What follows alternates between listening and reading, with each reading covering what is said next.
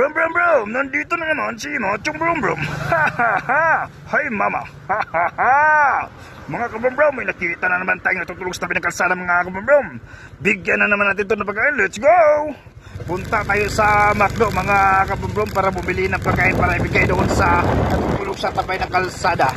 Kahit sa ganitong paraan mga kabrum brum, nakabigay na naman tayo ng pagkain doon sa natutulog sa tabi ng kalsada mga kabrum brum. Let's go mga kabrum brum, bibili na tayo ng pagkain sa McDo. Let's go! Natulong na naman tayo ngayong gabi mga kabrum brum doon sa natutulog sa tabi ng kalsada. Let's go mga kabrum brum, bibili na tayo ng pagkain. Let's go! Dito na tayo sa may McDo mga kabrum brum, bibili na tayo ng pagkain para ibigay doon sa natutulog sa tabi ng kalsada. Let's go mga kabrum, pasok na tayo. Let's go! Dito na tayo mga kabrum brum, bibili na tayo ng pagkain. Let's go!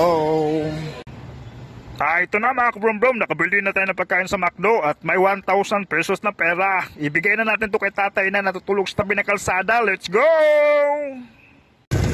Let's go mga kabrum brum, yatin na natin itong pagkain doon sa natutulog sa tabi ng kalsada. Katulong na naman tayo ngayong gabi mga kabrum brum doon sa natutulog sa tabi ng kalsada. Kahit kunti, nakabigay tayo sa kanila mga kabrum brum. At least mandang may makain siya pagkagising niya mga kabrum brum. Let's go mga kabrum brum, yatin na natin ito. Let's go! Nandun sa tatay mga kabrum-brum, lapitan natin at ibigay itong pagkain at saka 1,000 pesos. Let's go!